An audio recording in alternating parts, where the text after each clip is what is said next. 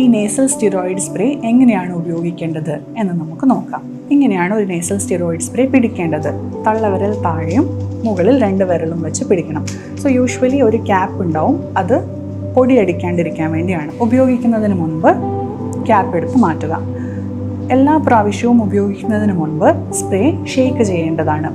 ഇനി ആദ്യമായിട്ടാണ് സ്പ്രേ ഉപയോഗിക്കുന്നത് അല്ലെങ്കിൽ കുറച്ച് കാലത്തിന് ശേഷം വീണ്ടും ഉപയോഗിക്കുകയാണെങ്കിൽ അതിൻ്റെ പൈപ്പിനുള്ളിൽ എയർ ആയിരിക്കും ഉണ്ടാവുക. സോ ആദ്യത്തെ ഒരു 2-3 സ്പ്രേ എയറിലടിച്ച് കളയണം, അല്ലെങ്കിൽ ഇങ്ങനെ മിസ്റ്റ് വരുന്നത് വരെ എയറിലടിച്ച് കളയേണ്ടതാണ്.